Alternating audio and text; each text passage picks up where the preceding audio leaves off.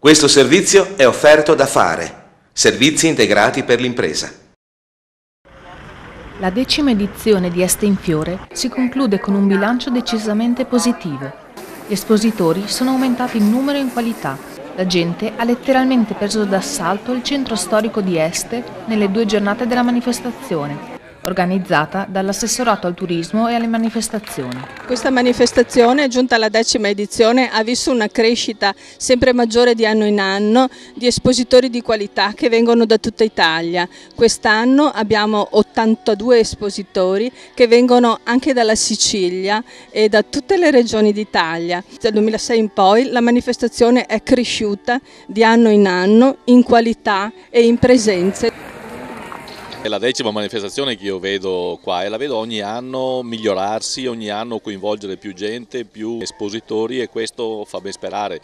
Questo è un anno particolare perché è un anno in uscita da una crisi che ha appena molto il settore, che è un anno florovivaistico, e quindi ci auguriamo che sia l'anno proprio del rilancio. Il Giardino del Castello è stato la quinta del Teatro Naturale che ha regalato suggestioni anche ai più indifferenti. Il sole primaverile ha illuminato Piazza Maggiore, che da luogo di incontro della popolazione di Este si è trasformata, complice l'abilità e la creatività degli espositori, in un grande giardino con giochi d'acqua e capanni, dove poter osservare e compiacersi della bellezza della flora circostante.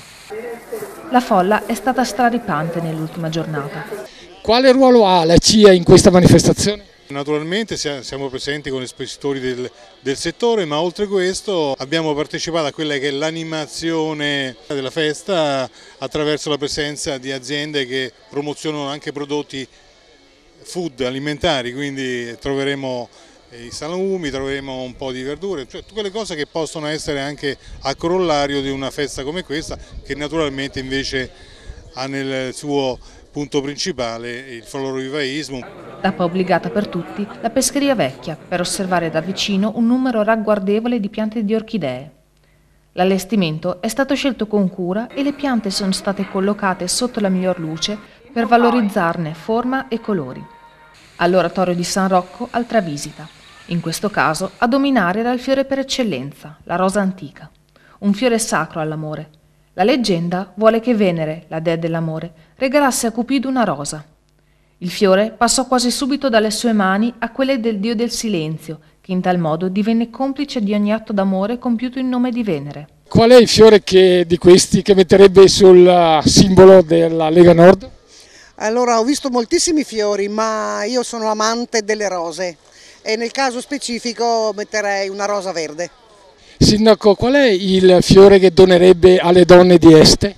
Beh, penso che io donerei una rosa, e specialmente la rosa Beatrice d'Este, che è intitolata alla nostra città, alle donne che sono il fiore più bello del nostro territorio, delle nostre città, delle nostre famiglie, il fiore più bello del nostro castello. Le rose non sono state l'unico oggetto del desiderio.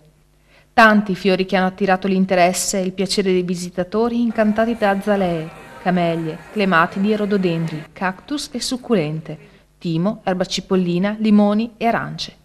Una scelta vasta, in grado di soddisfare le emozioni attraverso la piacevolezza di colori e di profumi. È un giardino con un'energia molto forte, probabilmente la storia ha lasciato un segno, ma poi soprattutto l'amore con cui è stato voluto, costruito, seguito, l'aiola con le rose dedicate a Beatrice d'Este, un cedro secolare, sotto cui tra l'altro faremo dei laboratori con i bambini, queste sofore che invece accolgono i laboratori con gli adulti e quella passeggiata bellissima che porta verso la Rocca. Le piante possono trasmettere anche una forma educativa nei confronti delle persone?